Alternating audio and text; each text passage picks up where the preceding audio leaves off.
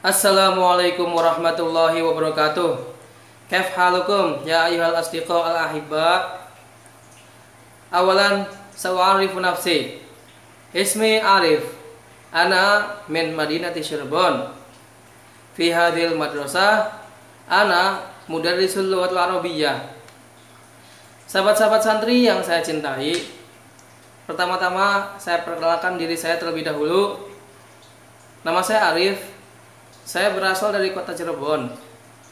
Di sekolah ini saya berperan sebagai guru bahasa Arab. Hadza liqaul awal baini wa bainakum. Wa fi hadhil fursah sa'u'allimul lughatal arabiyyah tahtal mawdu' ismul isyarah. Ini merupakan pertemuan pertama antara saya dengan kalian. Dan pada kesempatan kali ini saya mau menyampaikan materi bahasa Arab dengan judul Ismul Isyarah. Apa itu isim isyarah? Isim isyarah di sini kita kenal dengan sebutan kata tunjuk. Ingat, isim isyarah di sini kita kenal dengan sebutan kata tunjuk. Yang mana isim isyarah ini terbagi ke dalam dua macam. Yang pertama lil qarib, yang artinya dekat. Yang kedua lil ba'id, yang artinya jauh. Untuk lil qarib atau untuk menunjuk benda yang dekat, kita menggunakan lafaz hadza, artinya adalah ini. Sedangkan untuk lil ba'id, untuk menunjuk benda yang jauh, kita menggunakan lafaz dzalika, artinya itu. Fahimtum? Baik hadza ataupun dzalika itu sama-sama berpasangan dengan ismul mudzakkar. Apa itu ismul mudzakkar? Ismul mudzakkar yaitu kata yang menunjukkan makna laki-laki. Ismul mudzakkar, kata yang menunjukkan makna laki-laki. Cirinya tidak diakhiri dengan ta marbuthah. Jadi setiap lafaz yang tidak diakhiri dengan ta marbuthah itu biasanya disebut ismul mudzakkar.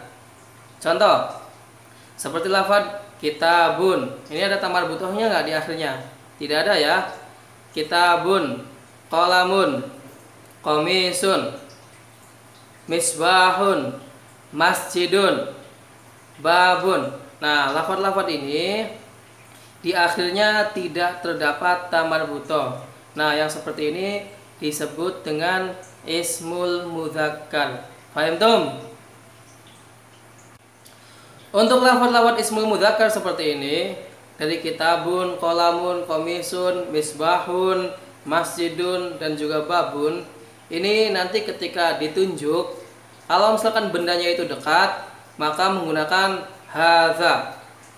Kalau misalkan bendanya itu jauh, maka menggunakan dzalika. Contoh, hadza kitabun. Ini buku. Nah, di sini lafaz kitab ini, buku ini itu ditunjuk ketika bendanya dekat ya, maka menggunakan hadza. Hadza kitabun. Contoh yang lain. Hadza qalamun. Ini pulpen. Contoh yang lain. Hadza qamisun. Ini kemeja. Nah, lafaz-lafaz di sini baik kitabun, qalamun atau qamisun itu ketika ditunjuk bendanya dekat maka menggunakan hadza. Paham tum? Nah, untuk contoh yang salah seperti ini ya. Ini contoh yang salah. Hadza saburatun. Ini contoh yang salah. Kenapa ini contoh yang salah? Karena saburatun itu bukan ismul mudzakkar. Tahu dari mana ini bukan ismul mudzakkar? Karena di sini saburatun diakhiri dengan ta marbuthah. Sedangkan hadza itu berpasangan dengan ismul mudzakkar, yaitu lafaz yang tidak diakhiri dengan ta marbuthah. Paham tum? Ketika benda-benda itu ditunjuk dalam posisinya jauh, maka nanti menggunakan dzalika. Contoh, di atas kita bisa lihat di situ ada lampu, bahasa Arabnya misbahun ya. Ketika ditunjuk menggunakan dzalika karena jauh. Dzalika misbahun. Itu lampu. Kenapa menggunakan dzalika? Karena lampu itu jaraknya jauh dari orangnya ya. Maka menggunakan dzalika. Contoh yang lain. Misalkan kita melihat sebuah masjid. Masjidnya itu posisinya jauh dari orangnya. Maka ketika menunjuk menggunakan dzalika. Dzalika masjidun. Itu masjid. Contoh yang lain. Misalkan kita melihat pintu, yang mana posisi pintu itu jauh dari orang yang menunjuk, maka kita sebut dengan dzalika babun. Itu pintu. Paham dong? Jadi kalau hadza yang tadi digunakan ketika posisi bendanya itu dekat, sedangkan dzalika digunakan untuk menunjuk benda yang posisinya jauh. Itu lampu, dzalika misbahun. Itu masjid, dzalika masjidun. Itu pintu, dzalika babun. Paham dong? Untuk contoh yang salah seperti ini. Dzalika madrasatun. Ini contoh yang salah. Kenapa ini contoh yang salah?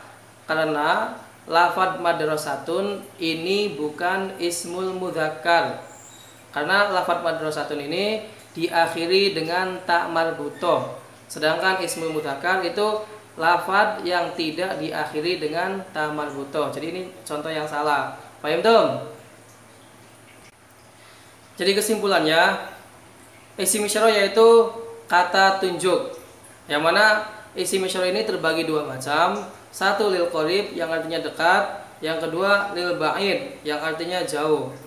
Untuk benda yang posisinya dekat ketika ditunjuk menggunakan lafadz hadza. Untuk benda yang posisinya jauh menggunakan lafadz dzalika. Yang mana masing-masing dari hadza ataupun dzalika itu berpasangan dengan ismul mudzakkar. Kata yang menunjukkan makna laki-laki yang sirinya tidak terdapat ta marbutoh. Contoh ketika bendanya dekat. Hadza kitabun. Ini ketika benda dekat ya. Ini buku. Hadza qalamun. Ini pulpen. Hadza qamisun. Ini kemeja. Ketika bendanya jauh menggunakan dzalika.